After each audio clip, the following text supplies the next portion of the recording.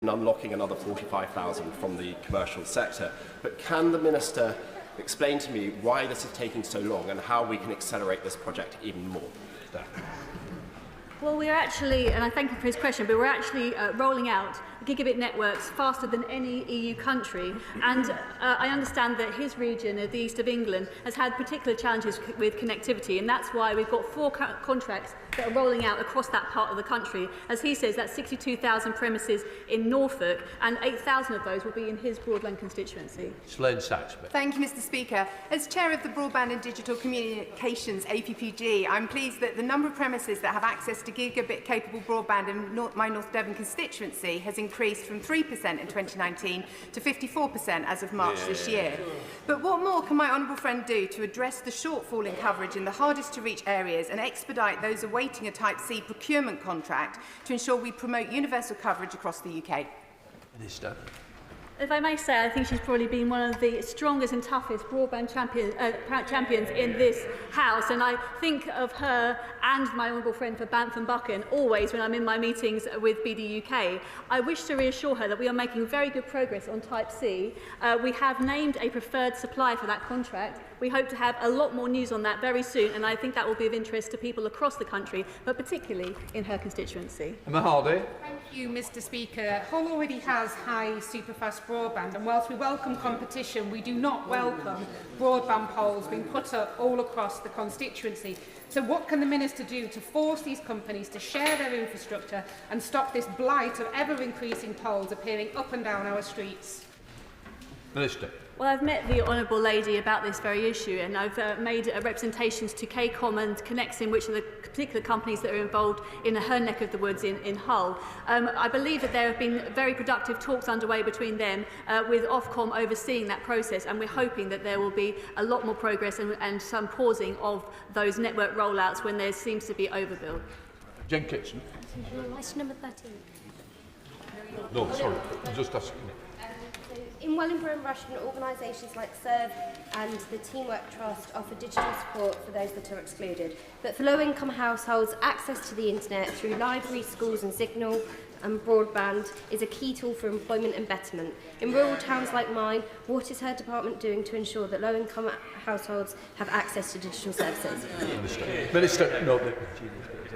Well, I thank her for her interest, and she's right that it's important that every person in the country is able to be connected. That's why we've been very much encouraging of social tariffs, which have been rolled out by a large number of operators now, and her constituents will be able, if they are on benefits, to access those, and they're from £10 a month for cheap connectivity for everybody. Chris Evans. Thank you, Mr. Speaker. For rural businesses, internet connectivity is essential. And as we move into the summer, many of these businesses are tourist businesses. But sales can be lost and repeat business never comes back when tills and card machines do not work because of unreliable 4G and the internet goes down. Very often businesses suffer and do not see many sales. Yet, the National Audit Office recently said the government's shared rural network project, like everything else, is behind schedule. What message does the Minister have for those businesses this summer who will struggle to keep going with no internet connection or poor broadband speeds? Minister. Well, I thank him for his question, but that is not actually a true representation of what the National Audit Office said about the shared rural network. We're actually making very good progress, and we hope to be able to share very good maps of coverage soon in terms of the progress being made. And when it comes to the rollout of gigabit, he may be interested to know that the Welsh Government actually made representations to us about bringing that in-house because we were making so much better progress in England than they were in Wales. And I'm very pleased to say that ever since we took that in-house, we've had amazing progress when it comes to gigabit rollout in Wales. Paula Hamilton. Question number 2, Mr. Speaker.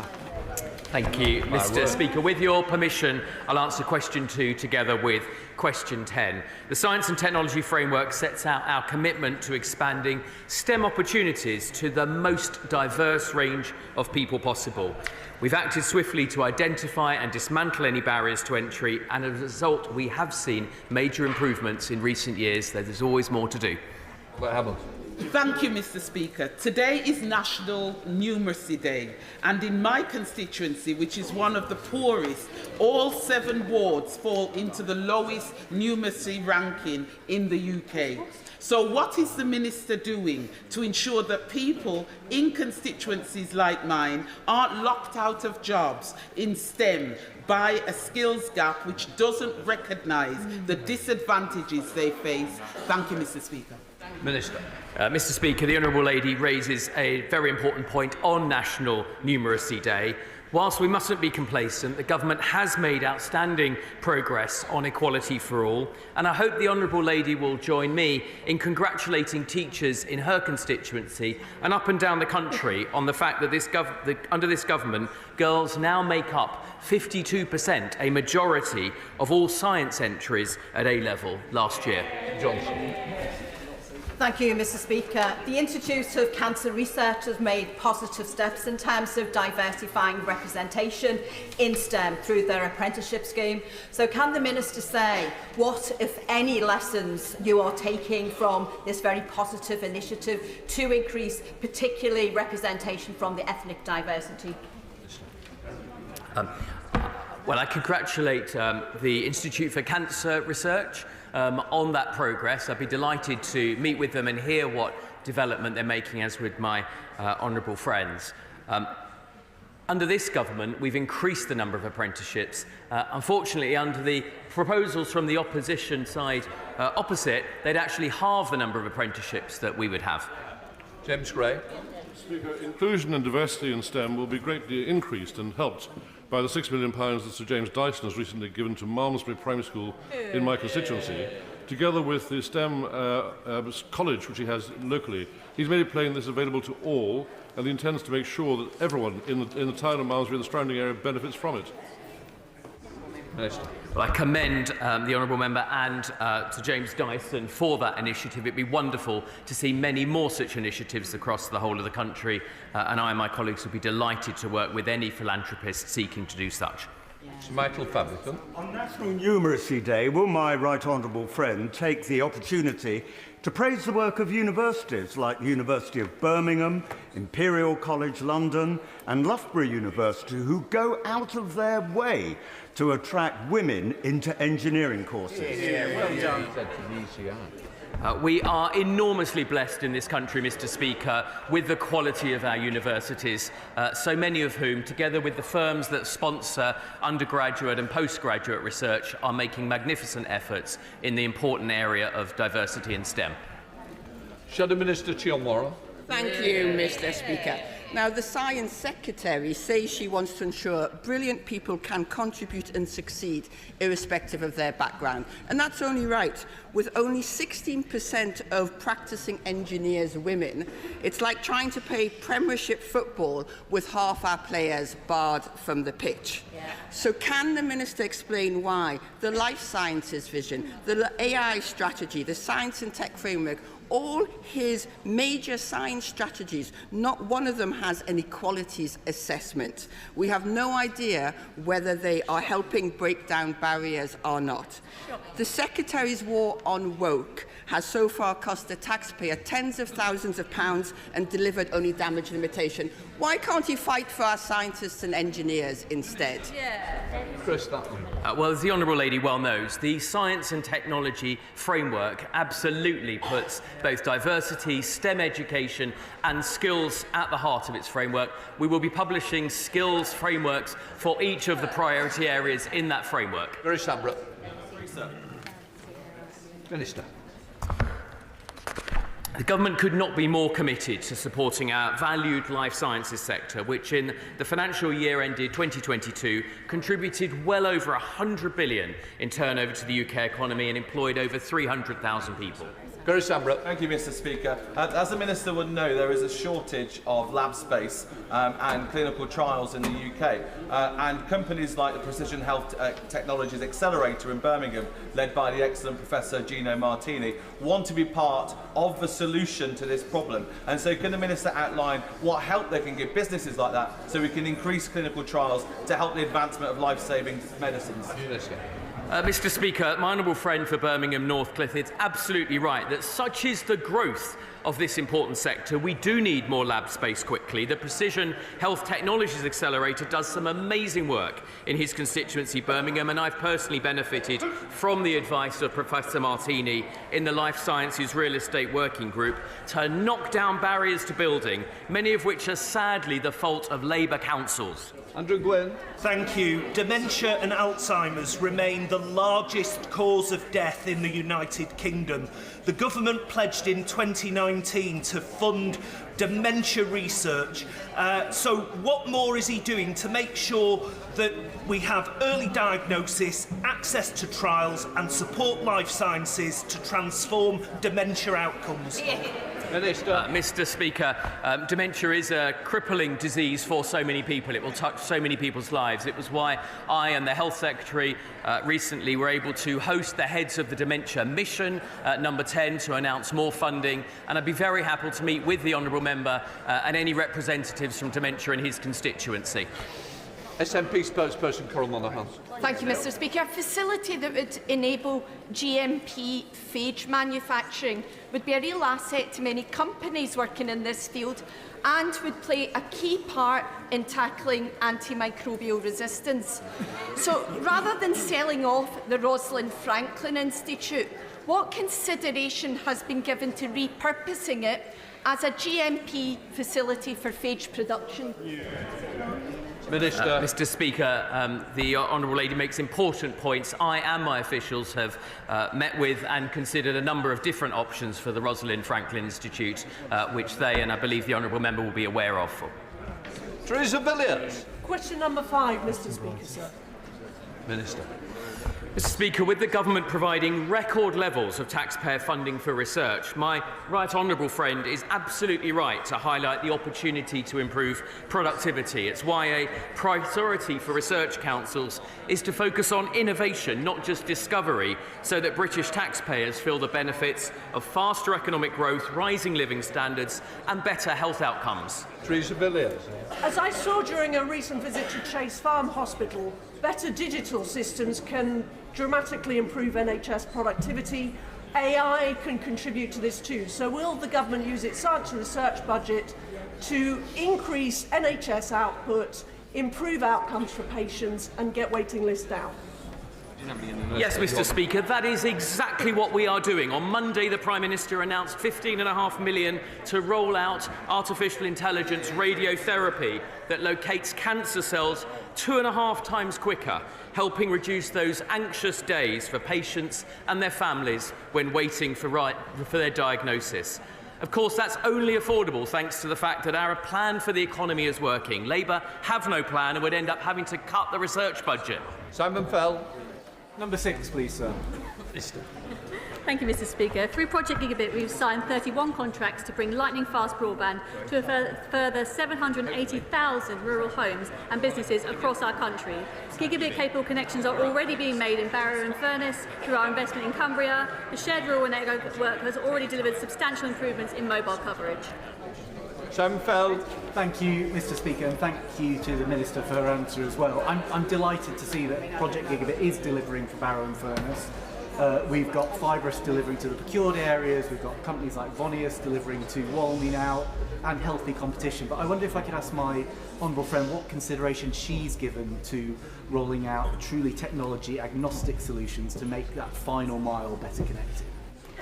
Minister. Well, first I'd like to thank my honourable friend for his role as Rural Connectivity Champion, and I discussed that role yesterday with the Environment Minister, my honourable friend for Keithley. I'm pleased to see that he has recently attended a visit to see how a supplier, Volnius, is investing in a wireless solution for premises on Walney Island. I want to assure him we already take a technology agnostic approach to our contracts, with some suppliers using wireless connectivity, and also we're exploring fixed wireless access and low Earth orbit satellites. Richard Ford. Number 8, please, Mr. Speaker. Minister. Thank you, Mr. Speaker. The government has been absolutely clear that no one should be left behind in the digital age. Digital inclusion is a cross-cutting issue spanning many areas. I chair the Cross-Whitehall Ministerial Group for Digital Inclusion to drive progress and accountability across government, and we have increased our frequency of meeting. That's how important we see this issue. And I meet regularly with relevant organisations, including attending the Centre for Social Justice Digital Exclusion Roundtable and the upcoming Digital Inclusion APPG. Richard Ford. Digital inclusion only works when people trust website links. My constituent let me know that by clicking on a dodgy link, he was tricked into making an investment of over £108,000, which turned out to be a scam. The government's latest digital inclusion strategy was written 10 years ago. Does the Minister accept that there are good reasons why many older people want, when making investments or doing their banking, to be able to look somebody in the eyes? Thank you, Mr. Speaker. I think choice is important in this issue, and that's why our digital inclusion approach is cross-cutting across many departments. I'm sorry to hear the case of his constituent. I'm happy for him to write to me, and I can talk to him about our national fraud strategy as well. Cates. The world on our lives is growing every day, but we don't yet know enough about the consequences for society, democracy, or indeed our children, because the data held by tech companies is not visible to government, regulators, researchers or the public. So could my honourable friend update the House on measures to open up access to this data? And in particular, will he commit government to support to amendments to the Data Protection and Digital Information Bill, tabled by Lord Bethell in the other place, to introduce a data for researchers scheme? I thank the honourable friend for all her campaigning on this issue and other online safety related issues. We've had a number of engagements. The government said very clearly that it would explore the issue of data access for researchers on online safety during the passage of the online safety bill. We are aware of the amendments and the debate during the DPDI, and I encourage the honourable member to watch this space, as we'll be reporting in due course. Andrew Rosner. Number 9, Mr. Speaker. Mr. Speaker, the day cannot come quickly enough that we're able to eliminate animal testing, though we're not there yet. We're committed to supporting the strategy to replace, reduce and refine the use of animals in research, and since taking office I have doubled the investment in non-animal method research to 20 million this year. Mr. Speaker, the reduction and ultimate ending of the need to use animals for testing purposes is an important policy objective of my animal-loving constituents in Romford. So, does the Minister agree that animals are not laboratory tools, but sentient creatures, and the policy of replacement, reduction and refinement must be at the core of government policy going forward? Mr. Speaker, I know that this is an issue close to the member for Romford's heart. As a great animal lover in this House, and recall his own past work as Shadow Minister for Animal Welfare. This summer, Mr. Speaker, we will publish a plan, together with my colleagues from the Home Office, to accelerate the uptake in non-animal methods research. We now come to topicals. Chris Elmore. Number 1, sir. Minister. Mr. Speaker, this government has a plan to ensure that technology works for our people, not against them. Right now, the Secretary of State is in Korea for the AI Seoul Summit. There she's building on the progress we made and the UK's leadership at Bletchley Park last year to tackle the risks of artificial intelligence. Whether it is AI, quantum, the life sciences or the next generation of advanced telecommunications, we're making the UK a science and tech superpower, backed by the highest ever level of spend on research and development. Mr. Speaker, our plan is working. Our scientists and entrepreneurs cannot afford to go back to square one with Labour. Thank you, Mr. Speaker. The UK Research Innovation Chief Executive has announced they're stepping down in June next year. Yet, normally the process lasts 8 months. The government is speeding up the recruitment process. Is that because they're worried about the outcome of a general election? Mr. Speaker, this government is focusing on delivery every single day, and I make no apologies for cracking on with the process of making sure our brilliant research institutions have the finest leadership the best and brightest in the world deserve. Simon Baines. Thank you, Mr. Speaker. In recent years, government policies led by my honourable friend, the Digital Minister, have resulted in a big improvement in broadband and mobile connectivity on the Welsh borders, both in my constituency of Clwyd South and across the border in neighbouring North Shropshire. But there are still some poor areas of connectivity. Could the Minister outline what further steps she is taking to ensure that all homes and businesses on both sides of the Welsh border see better broadband and mobile connectivity? Well, I thank him for his brilliant work on connectivity in the border areas.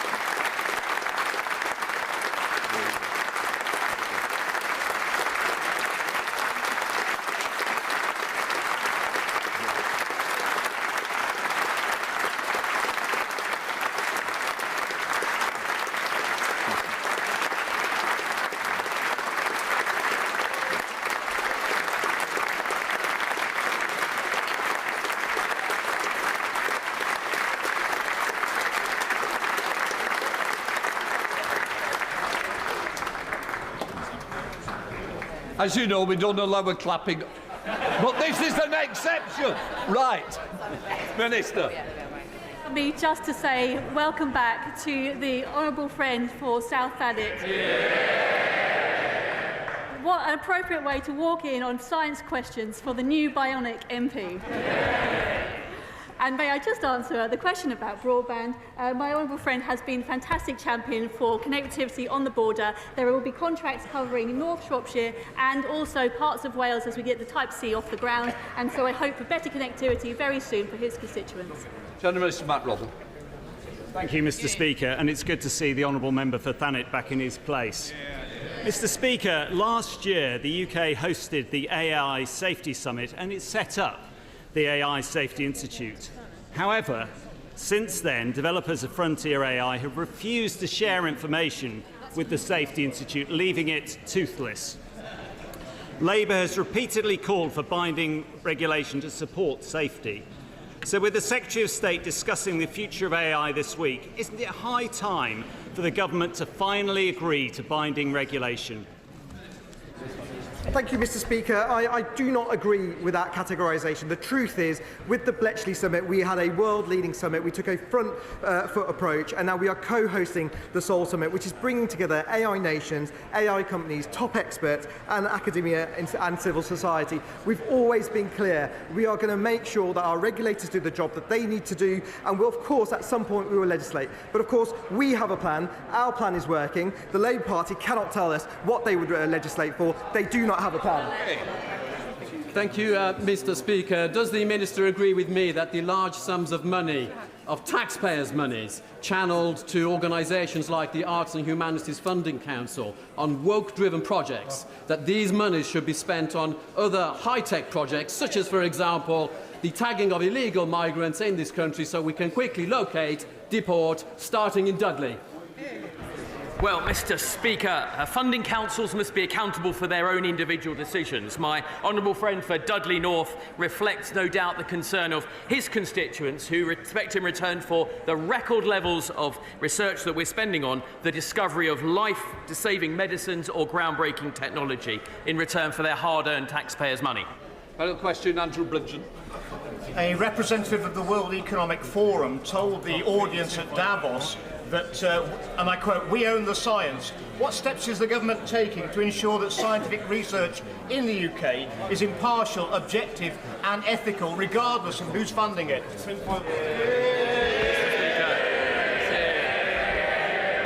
Mr. Speaker, it is absolutely right. It's intrinsic in the scientific method that research is impartial, that research is challenged, and it's public and transparent and open. That is always our commitment, but our commitment is also to fully fund research and turn this country into the science and technology superpower that it deserves to be. Before we begin Prime Minister's questions, I'm sure the whole House would like to join me in welcoming back our colleague, our friend, an inspirational, honourable member for South Thanet. Craig, it's so good to have you back amongst us. You are the man of the moment, and I met your daughter, who is going to be the daughter of the moment with her birthday tomorrow. So can I say to you and your family, it is an inspiration to people in this country who've suffered with sepsis. You have shown us the way forward. Thank you for everything.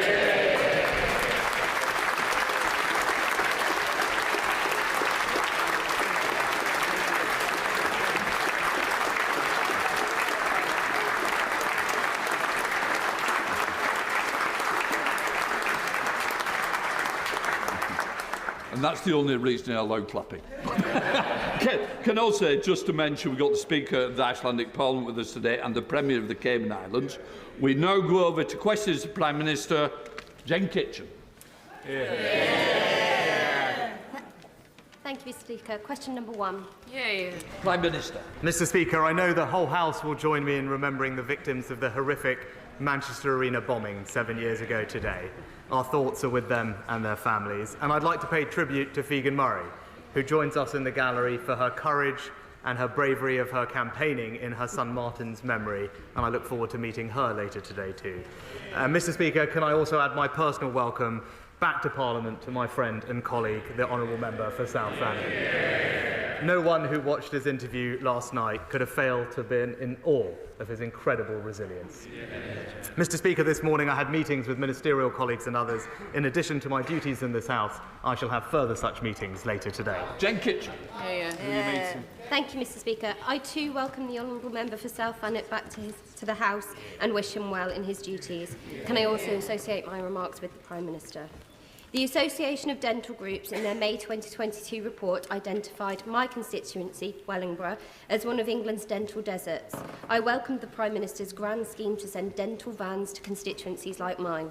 But just months on, he's having to U-turn because there aren't enough vans. Why can't the Minister address this issue seriously? Prime Minister. Well, Mr. Speaker, that's not right. Actually, thanks to our dental recovery plan, we're delivering 2.5 million more dental appointments. There's a new patient premium, new provision for remote communities, and actually, we know that the plan is now delivering because since it was announced in January, over 500 more dental practices are now accepting new patients. And I'd also just point out to the Honourable Lady that compared to the party opposite's plan, what we are doing is producing more than twice the number of extra appointments to get people the treatment they need. Elliot Colburn. Thank you, Mr. Speaker. Today's news on inflation is not just good news for consumers in Carshalton and Wallington, but also for capital projects like the investment into St Helier Hospital and to build a second hospital in my constituency, protecting A&E and maternity locally.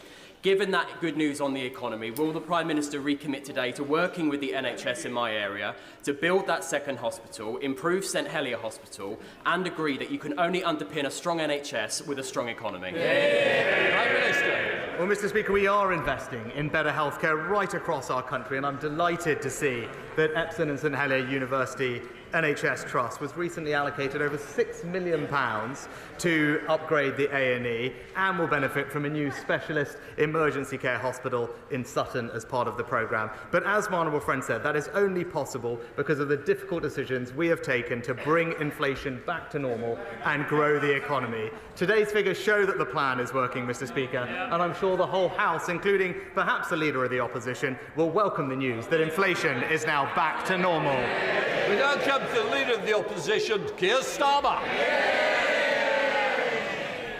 I want to begin by saying a few words to the Honourable Member for Thanet South. Firstly, thank you for meeting me privately this morning with your wife and daughter so I could personally convey my best wishes to all of you. Secondly, on some occasions, and there aren't many, this House genuinely comes together as one, and we do so today to pay tribute to your courage and determination in not only coming through an awful ordeal, but by being here today with us in this chamber. And thirdly, I want to acknowledge your deep sense of service. I think politics is about service. And resuming your duties as an MP, being here today, shows us it's an example for all of us of your deep sense of service. And we thank you for it. I also welcome Figen Murray, who is up in the gallery. She lost her son Martin 7 years ago today in the Manchester Arena attacks, and we remember everybody who was lost in that awful attack. She's campaigning for Martin's Law, which we must make a reality as soon as possible. Mr. Speaker, the infected blood scandal reflects a profound failure across almost every part of the British state. On Monday in our apologies and yesterday on the question of compensation, this House was united. But too many times we've heard similar sentiments from that dispatch box and from this one. There are many hard yards to go. So does the Prime Minister agree with me that we will only now make real progress if we finally tackle the lack of openness, transparency and candour that Sir Brian Langstaff identified as having prolonged the victims' suffering for decades? Minister. Yes, Mr. Speaker. The inquiry was established to get to the truth and provide answers, and this week's report represented a hugely significant moment for the community. This was an appalling scandal, and I think the whole House is grateful to the diligent work of all those who have supported Sir Brian Langstaff and the inquiry's work. And I also pay tribute to the bravery of every individual who has come forward and told their story in their fight for justice. Their voices have now finally been heard, and I agree with the honourable gentleman. We will listen to them and ensure that nothing like this can ever happen in our country again. Keir Starmer. Thank you, Mr. Speaker. The infected blood scandal is shocking, truly shocking, but it's not unique. The story is familiar. Concerns raised but ignored, reports written but not acted on, victims and their families campaigning for years just to be heard. So I want to focus in, if I may, on the duty of candour, or lack of it, which has been a failing in scandal after scandal, injustice after injustice, from Grenfell to Horizon, Hillsborough, and now infected blood. And I've read the government has called for evidence about the duty of candour in health, but I can't think of a single example where that duty of candour should not apply to all public servants across the board. And I don't think it's possible for any of us to stand at these dispatch boxes and honestly say, never again, unless we address it. So does the Prime Minister agree that the time has now come for the duty of candour to be clearly enshrined in law across the board? Mr. Speaker, I am, of course, aware of the recommendation made by Sir Brian Langstaff in the final report of the inquiry in relation to duties of candour and accountability, and indeed my honourable friend previously introduced the duty of candour into the health service. It is important that the government takes time to fully digest the gravity of the findings of the report. The wrongs which have been committed are devastating and life-altering for so many. Ensuring that nothing like this ever happens again is a priority, and of course we are sympathetic to that and going through the recommendations in detail at the moment before providing a comprehensive response. But of course, given the situation and the gravity of the findings, it's a recommendation that there is an enormous amount of sympathy for. Keir Starmer. Thank you. I understand the Prime Minister wants to look at the recommendations in detail and to come back to them in due course, but we can't look away on this duty of candour. So can I at least ask the Prime Minister to expand the call for evidence on the duty of candour beyond health? We do owe that to the victims of Hillsborough and Horizon, and to work across the House to establish a far-reaching and binding duty of candour just as quickly as possible. Well, Mr. Speaker, I think the honourable gentleman will remember on Monday I said very specifically that the patterns and behaviour that we had seen in this appalling tragedy have been replicated in others, and I mentioned Hillsborough specifically. So I'm very aware that there are structural and behavioural cultural problems that we do need to fix. The duty of candour is something that, as I said, the principle, and there is an enormous amount of support for the principle of and sympathy for. He will understand we are digesting the full contents of the report, but of course we want to right the wrongs of the past and crucially ensure that nothing like this happens ever again. Thank you, Mr. Speaker. In his report, Sir Brian identified individual failures, a number of them, even cover-ups. But alongside that, he also found equally important and harder to reach institutional and cultural failings, including in the NHS. A defensive attitude which refused to acknowledge problems, the silencing of those who raised concerns, and a total failure of leadership when faced with the truth. Now, the NHS does a remarkable job every day, but that is indefensible. Does the Prime Minister agree that the very culture of the NHS needs to change? Yes, Mr. Speaker, and again, I think in response specifically to the question from our honourable friend, the member for Bromsgrove, we discussed this on Monday, and the NHS, of course, provides life-saving care to so many people every single day, for which we're enormously grateful. But it is absolutely clear, as the report makes crystal clear, that there were significant failings. The NHS failed. It failed people, it let them down. It's right that they are held accountable for that and learn the lessons. Now, there clearly have been improvements and changes in medical practice since that time, but going forward, we need to go through the full recommendations of Sir Brian Langstaff's report and hold the NHS to account for bringing through the changes that are necessary. We need reform, we need change, and I've seen firsthand how important reform is during my time running the Crown Prosecution Service.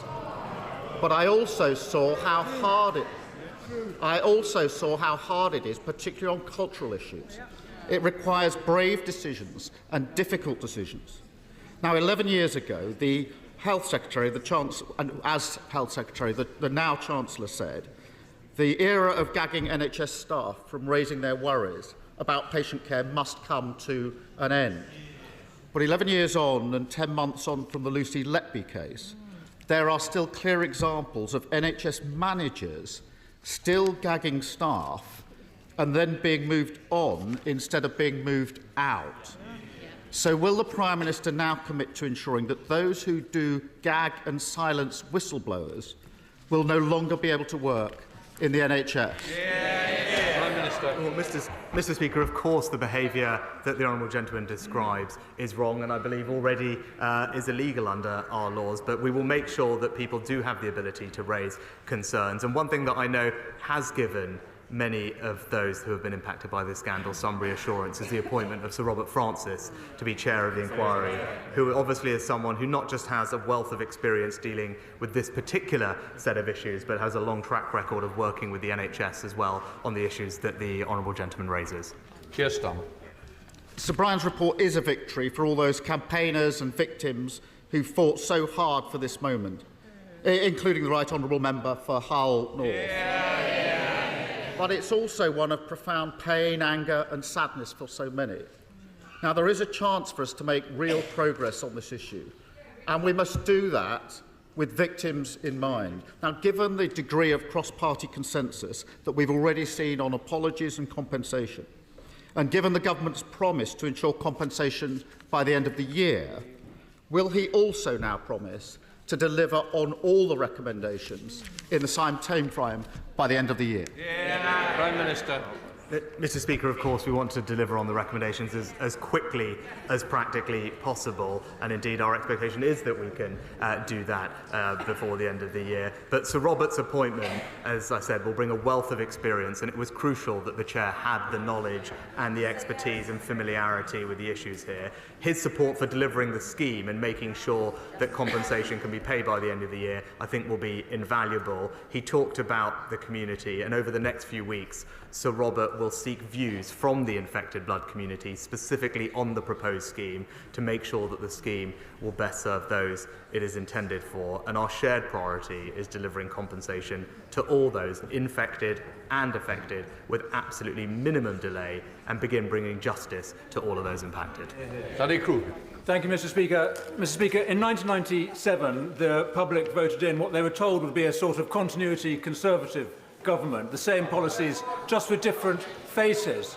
Instead, what they got was record immigration, constitutional vandalism and a broken economy. Does the Prime Minister agree that with the economy now roaring back to life under a Conservative government, the last thing we need is a return to the failed Labour recipe of high taxes, open borders and employment laws that destroy jobs? Mr. Speaker, my honourable friend gives a superb and passionate economic diagnosis, and he's right. Inflation is now back to normal, and indeed lower than France, Germany, the United States, at its lowest level in years. Our economy is growing faster, wages are rising, and that's why we need to stick to the plan that is working, Mr. Speaker. And he's right to point out the risks of what the Labour Party proposed. 70 new laws, 70 new laws. They've caved in to their union paymasters, and what does that mean? It means it will cost jobs and damage our economic recovery. MP Leader Stephen Flynn. Thank you, Mr. Speaker, and can I begin by also welcoming the member from South Thanet back to the chamber. He is indeed an inspiration to all of us. Mr. Speaker, speculation is rife, so I think the public deserve a clear answer to a simple question. Does the Prime Minister intend to call a summer general election, or is he feared? Mr. Speaker, as I have said repeatedly to him, there is, Mr. Speaker, spoiler alert, there is going to be a general election in the second half of this year, and at that moment, the British people will in fact see the truth about the honourable gentleman opposite me, because that will be the choice at the next election, Mr. Speaker. A party that is not able to say to the country what they would do, a party that would put at risk our hard-earned economic stability, or the Conservatives that are delivering a secure future for our United Kingdom. Mr. Speaker, he continues to play games with the public, but whilst he does that, let's get back to some serious matters. Because I was taken aback this week when a former Prime Minister spoke some sense. Alas, it was indeed David Cameron, because what he said was that in relation to graduate route visas, if any restrictions are implemented, it will lead to job losses, it will lead to university closures, it will lead to a reduction in research. And University Scotland's outlines £5 billion of economic value at risk. So can I ask the Prime Minister, does he agree with the Foreign Secretary? The Foreign Secretary also said that the levels of legal migration to this country are too high, Mr. Speaker, and that's what I believe also, which is why it is right that we are taking decisive action to bring the numbers down. And, Mr. Speaker, that plan is working. In the first 3 months of this year, the visas issued are down by 25%, Mr. Speaker. Migration is on its way to being returned to more sustainable levels, and I appreciate that is a point of difference between the Honourable Gentleman's Party and indeed the Labour Party and us. We believe that the level of migration needs to come down to more sustainable levels, so we ease the pressure on public services, and everyone who comes to our country must indeed contribute economically. That's the migration system we will deliver. Simon Bain. Thank you, Mr. Speaker. On the Welsh borders, we're incredibly proud of the Veterans Centre at the Robert Jones and Agnes Hunt Orthopaedic Hospital in North Shropshire, which not only treats veterans locally, including from my constituency of Clwyd South, but also from across Britain, as it is the largest hospital-based veterans service in the UK. Would the Prime Minister help resolve the Centre's current funding crisis, caused by changes in the NHS funding formula last year, given the fantastic treatment provided by Lieutenant Carl Mayer and his team for our amazing veterans community across the UK? Prime Minister. Mr. Speaker, can I thank my honourable friend for raising this important issue? We are committed to making the UK the best place in the world to be a veteran and ensuring that they have access to the appropriate physical and mental health support they deserve. That's why we've rolled out Operation Restore, Op Courage and Op Nova, and I know that NHS England have been introducing actually a suite of health services to work more closely with orthopaedic services. But I know my honourable friend has raised this issue of funding with the Minister of Veteran Affairs, and he'll be writing back to my honourable friend with an update in due course. David. Join others in welcoming back to the House the Honourable Member for South Thanet and say how much we admire his courage and send our best wishes to him and his family. And also join others in remembering all the victims of the bombing at Manchester Arena. Mr. Speaker, Amanda claimed carer's allowance when caring for her mother, but the DWP is now hounding her to pay back £1,200. Karina, whose daughter requires round-the-clock care, has been hit by a bill for £11,000. Victoria is being forced to pay back £100 a month. Just some of the tens of thousands of carers victims of the DWP's flawed system punished harshly for going sometimes just a few pounds over the arbitrary earnings limit. So, Mr. Speaker, family carers do a remarkable job. They shouldn't be penalised for working or for the DWP's own failures.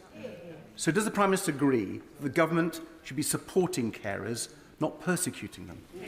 Prime Minister. Mr. Speaker, the government recognises the contribution and sacrifices that carers up and down the country so often make to care for others, and that's why we've increased carers' allowance by almost £1,500 since 2010. It's why we introduced carers' leave, and indeed it's why the Better Care Fund funds respite care breaks for carers, which have been, I know, warmly welcomed and used. Now, in the rare number of cases where individuals haven't appropriately informed DWP about a change in their circumstances, DWP have then rightly sought to recover overpayments, as they would be expected to, in order to ensure the integrity of the system and protecting the taxpayer. But of course, they will work with anyone who is struggling with their repayment terms and will always look to negotiate an affordable repayment plan. Thank you, Mr. Speaker, and may I also extend my welcome to the honourable member for Thanet South. The £8 billion made available by the government for the repair of roads and potholes is very welcome. However, some local authorities, such as Cambridgeshire County Council and Peterborough City Council, which serve my constituency, sometimes use inferior material, so the works need to be done again in a few months' time. And that's an issue that applies to many constituencies across the country.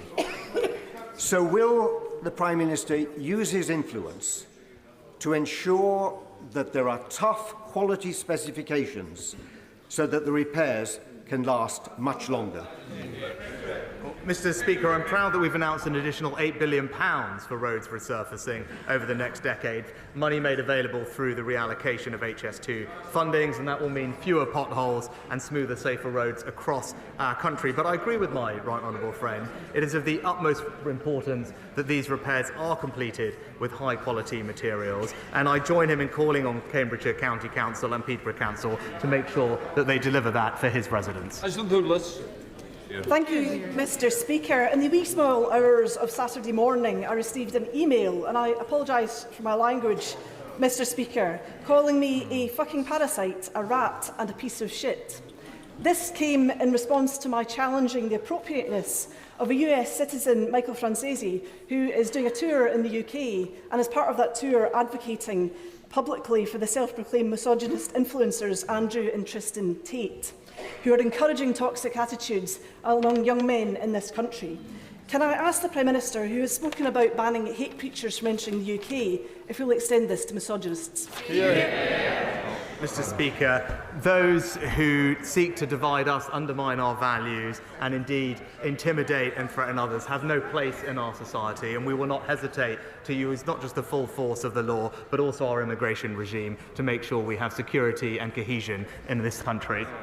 Sir John Whittington. Mr. Speaker, the population of Malden is rising rapidly, and for over 20 years my constituents have been promised a new hospital.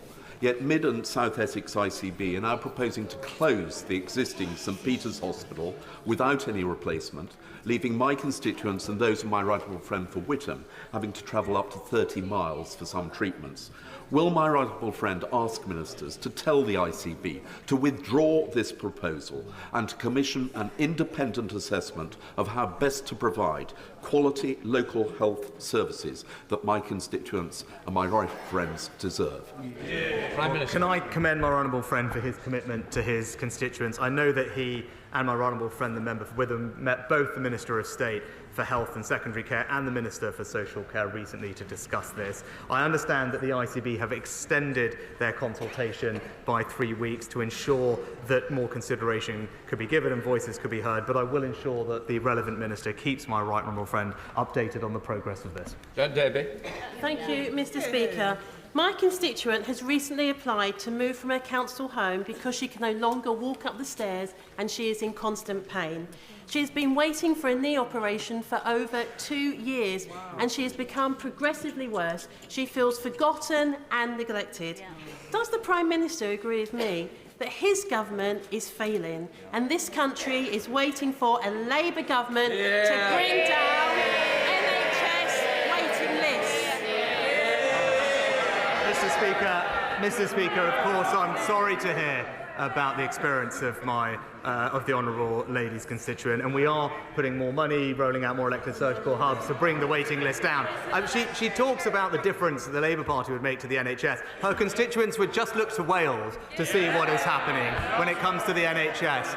A quarter of the Welsh population on a waiting list. The worst emergency care performance in Great Britain. People on long waiting lists 5 times more than they are in England, and on average, people waiting 40% longer for treatment. That's the reality of Labour in the NHS, failing. 40 years ago, Mrs Thatcher described high inflation as a destroyer of industry, of jobs and savings. Does my right honourable friend agree that that sentiment is as true today as it was then? And what assessment does he make of today's announcement for my Gedling constituents who want to be able to save, get a good job and enjoy a reasonable standard cost of living? My honourable friend is right that today does mark a major moment for the economy. Not only have we halved inflation, but it has returned back to normal thanks to the collective hard work and sacrifice and resilience of people up and down the country. And this is further proof that our plan is working. Mortgage rates have come down, energy bills have come down, taxes are being cut, and inflation now back to normal. That shows that when you stick to the plan, we can look forward to a brighter future. But my honourable friend is right to point out the alternative. Labour Party imposing £2,000 of tax rises. That's what the country would put stability at risk. Thank you, Mr. Speaker. England's Chief Medical Officer said that reducing sewage in rivers and seas is a public health priority, highlighting the problems dumping untreated sewage causes. Even the treated sewage, which is continuously discharged into rivers and seas, contains faecal matter. Water firms are now asking for bills to go up by up to 91% when they've paid out billions to shareholders and neglected pipework and infrastructure. So, Mr. Speaker, can the Prime Minister tell me why is his government allowing these companies to destroy our waterways and make obscene levels of profit whilst making people ill?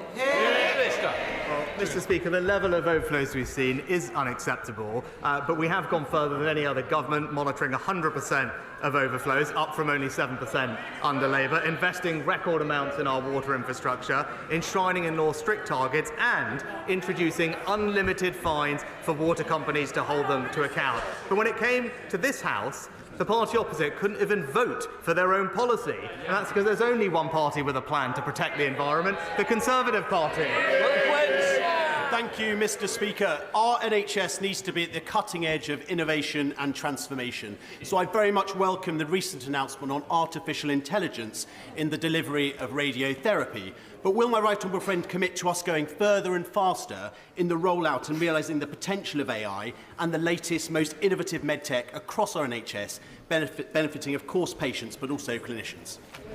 Prime Minister. I agree with my honourable friend that we need to ensure our NHS is a world leader in medical innovation, which is why yesterday we announced funding to roll out game-changing AI to radiotherapy departments in England. And the benefits are clear because that technology can locate cancer cells 2.5 times quicker than doctors alone. But we won't stop there. We recognise the huge potential, and that's why the productivity plan announced in the spring budget will modernise the NHS and ensure our patients get the care that they deserve. Mel Ribeiro Addy. Thank you, Mr. Speaker. In recent days, the Trussell Trust revealed that its network handed out more than 3.1 million emergency food parcels in the past year, and that's the most it's ever distributed and nearly double the number 5 years ago.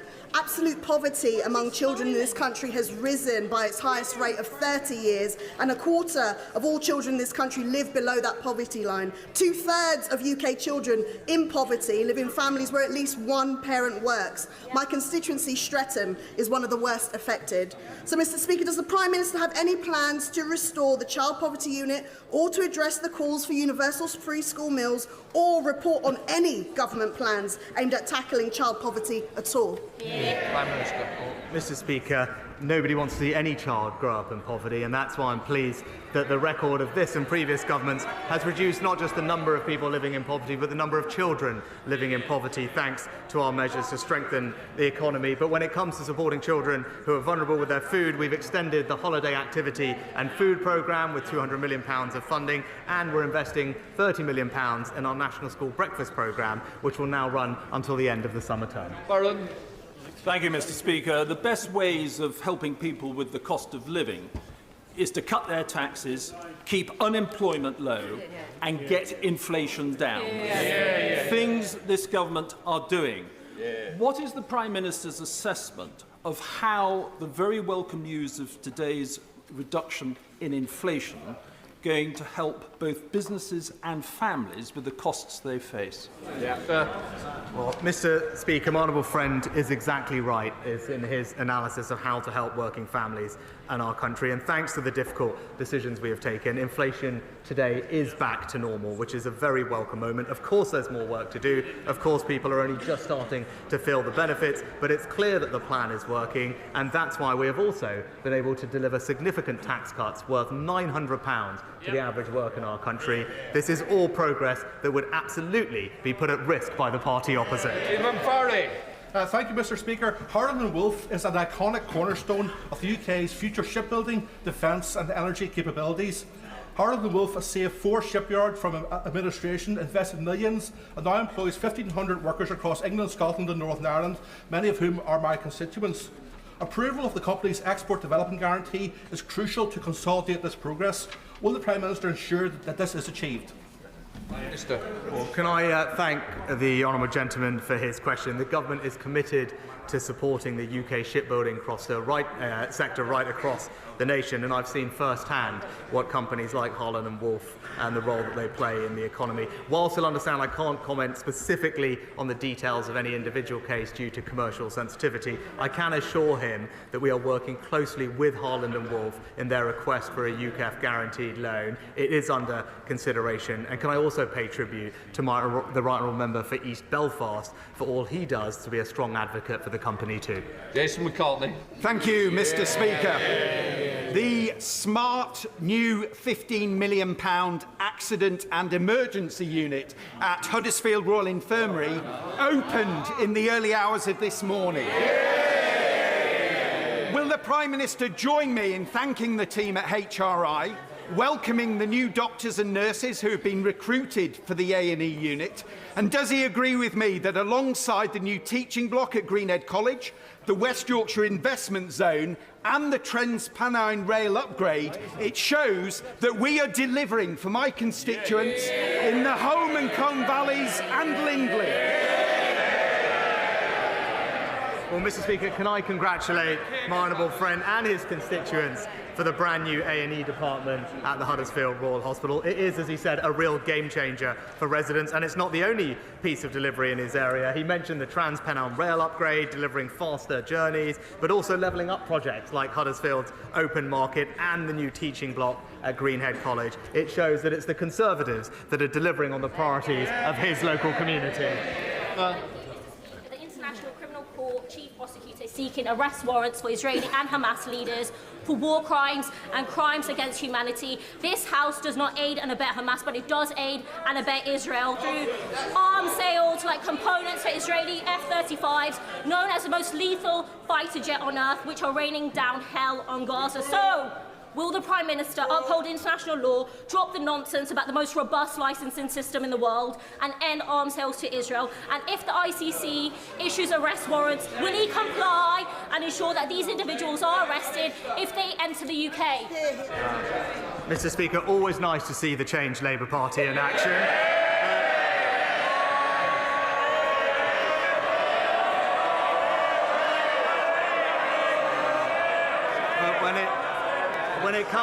When it comes to the ICC, this is a deeply unhelpful development, Mr. Speaker, which is, of course, still subject to a final decision. There is no moral equivalence between a democratically elected government exercising its lawful right to self-defence and the actions of a terrorist group. And the actions of the ICC do absolutely nothing to get a pause in the fighting, to get the hostages out, or aid in. Craig Craig McKinley.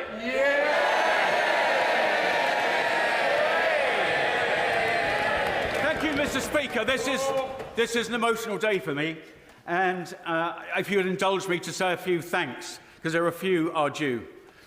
And one of those, of course, well, an apology, actually, that I've caused the breaking of so many rules today. Clapping. I've got trainers on because my shoes wouldn't go over the plastic feet, and my jacket wouldn't go over the bionic arm.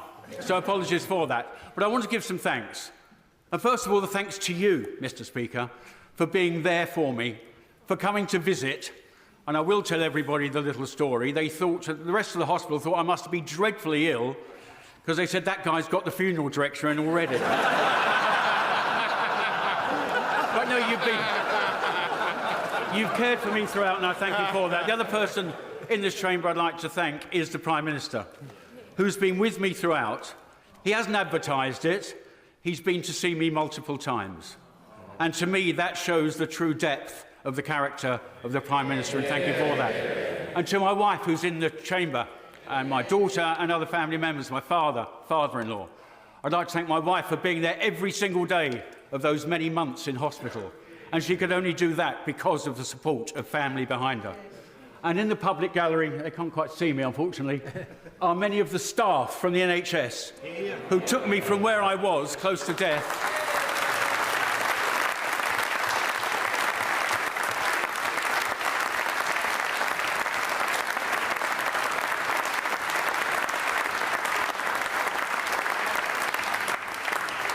they took me from close to death to where I am today, so thank you for that. I'm not entirely sure I'm that happy that the two surgeons who took this lot off are there, but never mind. But can I ask the Prime Minister, there is a question here. Prime Minister, can we please ensure that we embed recognition of early signs of sepsis? It wouldn't have worked for me. Mine was too quick and too sudden. But for many people, they do get a few days. If we can stop somebody ending up like this, I would say that's a job well done. But also, Mr. Speaker, to impress upon your health ministers to allow the provision of appropriate prosthetics, particularly for multi-limb amputees, at the right time. Thank you, Mr. Speaker. Thank you. Prime Minister.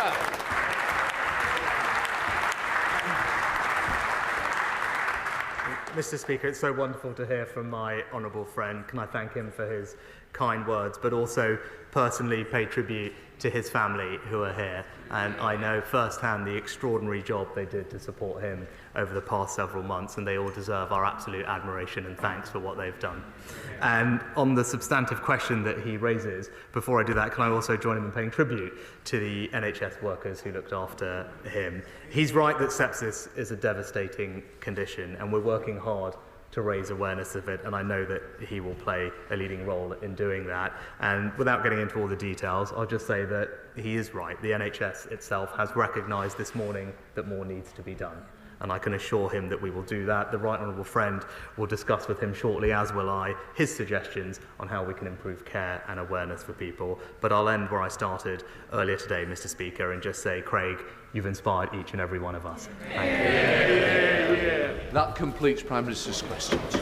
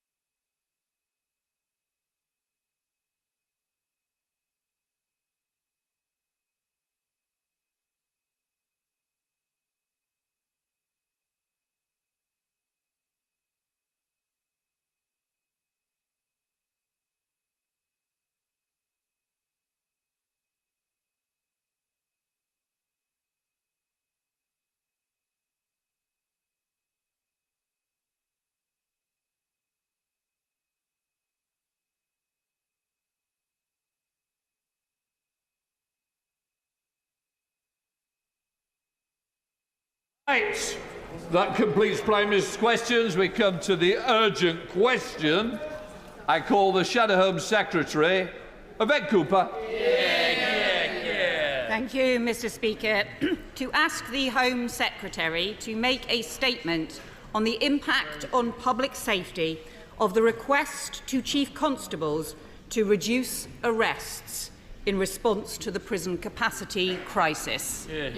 Minister. Well, I'm delighted, Mr. Speaker, to have the opportunity to talk about public safety, to talk about the record number of police officers we have in this country, 3,000 more than we had under the last Labour government. Delighted to talk about the fact that, according to the crime survey, crime is less than half today what it was under the last Labour government. Delighted to talk about the fact that homicide, 620 under the last Labour government in their last year, 577 in the last year. Delighted to talk about all of those excellent criminal justice results. Now, Mr. Speaker, I believe this question is a reference to a letter which was circulated about a week ago by Chief Constable Rob Nixon in his capacity as Criminal Justice Lead for the National Police Chiefs Council, in which he referred to short-term prison place pressures over a period of 8 days, which expires tomorrow. I can tell the House that I have spoken to Chief Constable Rob Nixon in the last half an hour, and he has confirmed to me that the contingencies referred to in the letter were not required. He said the contingencies were not required because the prison place situation in practice did not merit it. There have been, he said, no delays to arrests that he is aware of, and he has said that while a small number of people were conveyed to court in police cars and there were a small number of delays to arrival at court, no one who should have got to court, in fact, did not do so. So I'm delighted to confirm to the House the contingencies referenced in the letter, in fact, did not materialise, and the short-term fluctuation referenced in the letter will be over tomorrow. Yvette Cooper. Thank you, Mr. Speaker. I have to say, the Minister's response is just shocking. Telling people they've never had it so good, faced with the crisis in the criminal justice system, I think shows just how out of touch he is.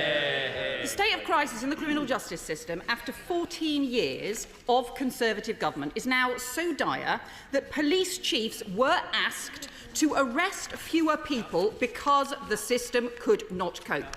Operation Safeguard Silver update.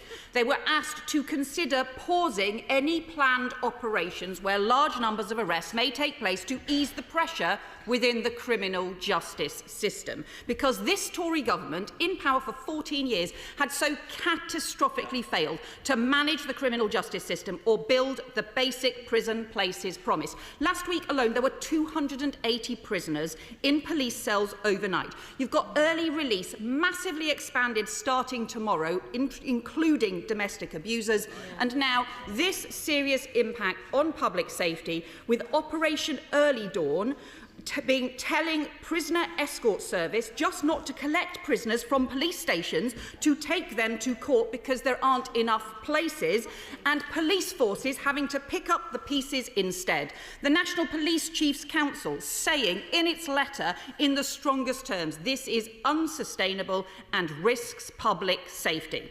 So tell us, Minister, what assessment did he do when these letters went out, when it hit this point of crisis, as to what the scale of the challenge was? Who does he think, in these circumstances, it's acceptable to not be sent to court because of his government's abject failure on law and order? Violent criminals, domestic abusers, repeat shoplifters, and which big operations involving lots of arrests does he think should be paused in these situations? Crackdowns on drug rings or grooming gangs, swoops on people smugglers, and when should they be paused till? Where is their plan?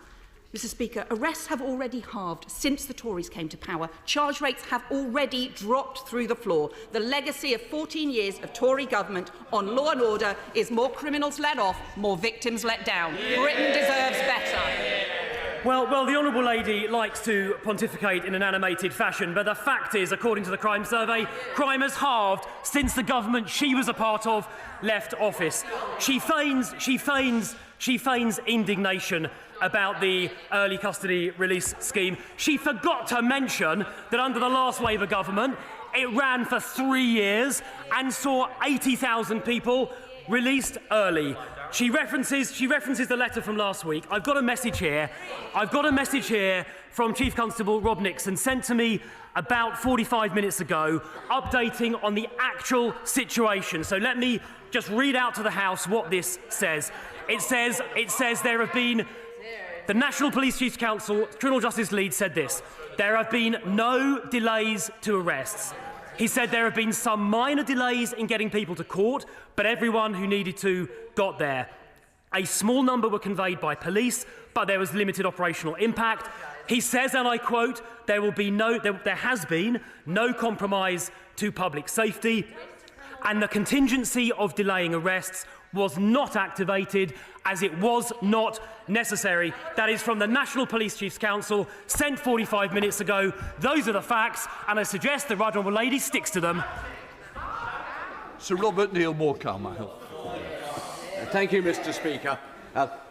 Would my Right Honourable friend the Minister agree that what is an important debate which touches upon public safety but also touches upon the whole way in which we operate our justice system is best dealt with in a calm fashion? It is perfectly reasonable to adopt contingency measures, which hopefully are often not needed, but the most important thing is to ensure that all parties in this House commit to a consistent and sustained investment in all aspects of the criminal justice system, because you cannot decouple policing from courts, from prisons, from the whole of the process. And that's actually the sensible debate that the country needs for us to have going forward. Minister. Well, my honourable and learned friend, as always, puts it very well. He's quite right that investment is important. That is why there are record numbers of police officers. It's why 20,000 prison places are in the course of being constructed, 5,900 of which are currently operational, 10,000 of which will be operational by the end of next year. It's why more money is being put into the Crown Prosecution Service. It's why my right honourable friend, the Lord Chancellor, who's with me here on the front bench, is ensuring that legal aid is properly resourced, as is the criminal bar. Those are all extremely important initiatives to ensure the public are protected. The ultimate measure of public protection is, of course, the overall level of criminality, which has, as I've said once or twice before, halved since the party opposite left office. Show the Select Committee, Dame Diana Johnson. Thank you, Mr. Speaker. And obviously public safety is paramount in all of this. And I do want to just say to the Minister that the fact that there were contingency plans being drawn up is of itself worrying. Whilst I accept what the Chair of the Justice Select Committee says, it's a sensible step to take, it is indeed very worrying, though, that you have to have contingencies in place. Can I ask him this? If in the future these contingency plans are activated, what happens if the police decide not to prioritise an arrest and in the meantime that person then goes on to harm someone? And I'm thinking particularly around offences of non-contact sexual offending and also of retail crime in particular, which the Home Affairs Select Committee has been looking at recently. Minister. Well, the Right Honourable Lady is right to say that arrests of offenders of the kinds she describes are extremely important indeed, and at no point would I ever expect, even in the contingency outlined, which in fact never came to pass as I set out already, but even in that contingency, offenders of the kind she referenced would have continued to be arrested. That is critically important. As I said, the ECSL 70 measure comes into effect tomorrow and is designed to make sure scenarios of the kind she describes never come about. Because as police minister, I want to make sure we never see the situation that she describes. Sir Christopher Cho.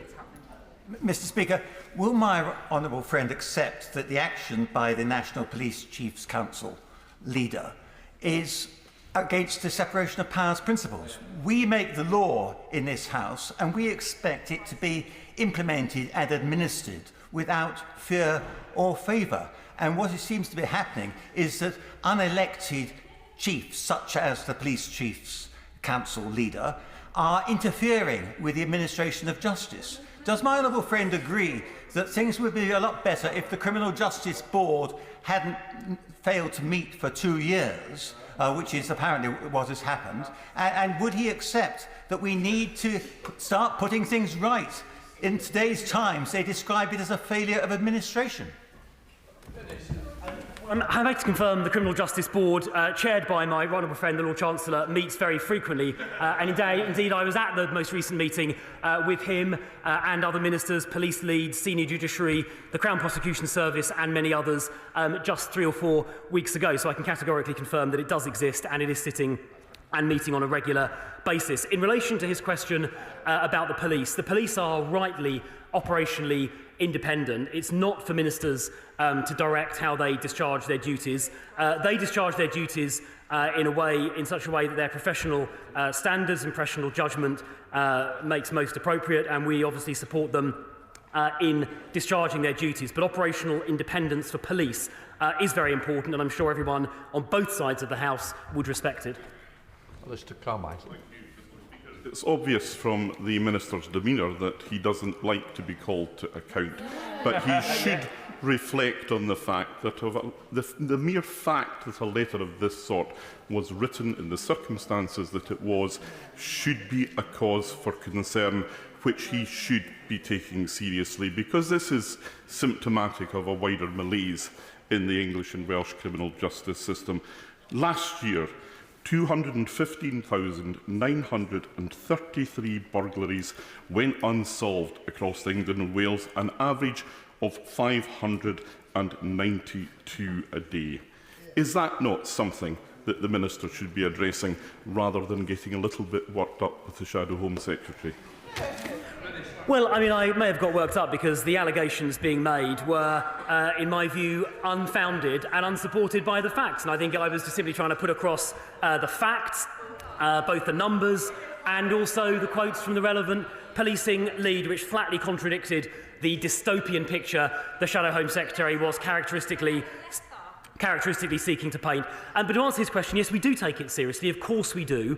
The Lord Chancellor is working night and day to increase prison capacity, both by building new prisons in an expeditious fashion and pulling every lever at his disposal to build more capacity within the existing estate. The reasons the prisons are pretty full is because the police have done a good job at identifying, catching and incarcerating dangerous criminals. But a thoughtful approach of the kind called for by the Chair of the Justice Select Committee has been taken, and that is why, with the implementation of ECSL tomorrow, the issues, the contingencies provided for in the letter of last week will no longer be required. It was an 8-day period, and thankfully, those contingencies in practice and in fact were not required. Foster. Thank you, Mr. Speaker. It's reassuring to hear from the Minister the contingencies weren't required, but it's quite interesting to see that this letter was actually issued. Given his own reactions here today to that, what process has he put in place to ensure that before any such instructions or suggestions are issued, he is consulted? Minister. Well, I thank my honourable friend for his question, and of course, as a former Home Office Minister, he has a great deal of experience in this area. As I said, of course, the police are operationally independent, but we do liaise very closely with them, with the National Police Chiefs Council, and I have regular discussions with Gavin Stevens, who is the chair of the National Police Chiefs Council, and in relation to this matter, with Chief Constable Rob Nixon, who is the CJ lead, and with Deputy Chief Constable Nev Kemp of Surrey, who is the National Police Chiefs Council lead for custody. And I'd like to take this opportunity to place on record my thanks to the police up and down the country for their careful management over the last 7 days, which have ensured our fellow citizens have been kept safe. Lynch. Thank you very much, Mr. Speaker. North and West Yorkshire have just arrested 62 people in a county lines operation. They seized swords, a machete, a crossbow, and took 3 kilograms of cannabis, crack cocaine and heroin off the streets alongside the misery and violence which characterises county lines gangs. I'm so grateful to them for that work, but is this government suggesting that they should have allowed this to continue until further notice under these contingency plans or because they have so mismanaged the criminal justice system and the collapse in prison places. Well, I mean, first of all, the prison places haven't collapsed. I think there are more prison places now than there have been in the recent past. But look, I'd like to congratulate the South and West Yorkshire Police for that operation, which I think the Honourable Lady said had led to 62 arrests of dangerous criminals. And as I said in my previous answers, none of the contingencies referenced were activated, and I'm sure there would never have been any question of not arresting dangerous criminals of the kind that she describes. That operation is exactly the kind of operation we like to see. I think we've closed down something like, I'm speaking from memory, I think it's something like 6,000 county lines in the last 4 years, and I'm delighted to see those kind of operations successfully putting these dangerous criminals where they belong, which is behind bars. So, Mr. Speaker, I'm very glad to hear that the contingency contained in this letter was not required. But you can tell, Mr. Speaker, how tough this government is being on crime and on criminals by the very heavy population that is in our prison estate. But the long-term solution for that is, of course, to build more prisons. And I'd be grateful if the Minister could give an update as to when he estimates the prison building programme will catch up with the prison population. Well, I thank my honourable friend for his question.